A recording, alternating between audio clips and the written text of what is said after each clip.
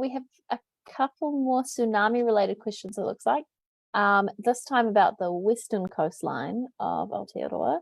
So Tony asks, what are the risks of the west coasts, both the North and South Islands, from a large earthquake on A, the Hikurangi subduction zone, or B, a large quake offshore Fiordland or in the Pusiga Trench?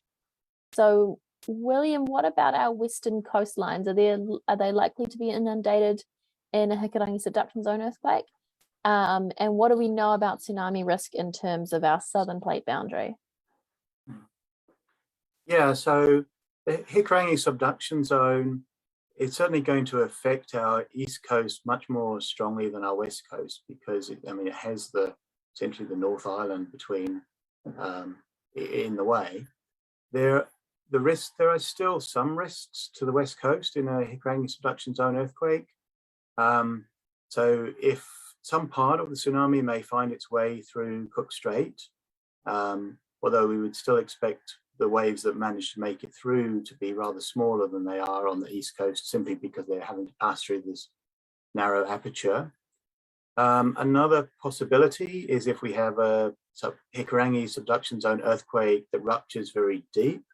So the boundary between the two plates, although it's at the surface offshore of the east coast, it actually dips down below the lower North Island and comes, by the time you reach the Manawatu coast, it's maybe about 30 kilometers below.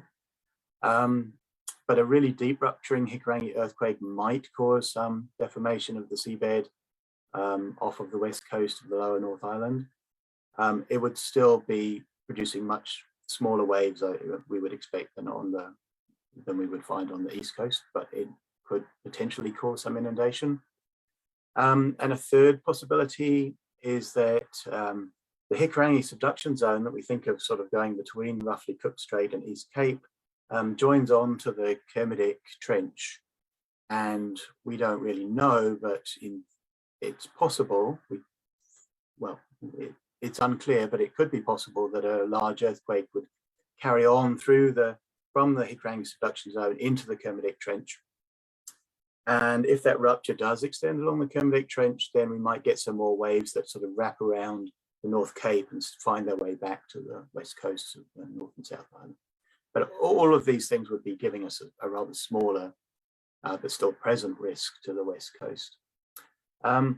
With regard to a large quake in Fiordland or the Pusiga Trench, certainly there's a tsunami hazard to the Fiordland area and to Southland. We would expect some waves to make their way up along the west coast of the South Island as well. We have a bit of evidence from that from 2009, when there was a 7.8 quake that caused a small tsunami in Fiordland.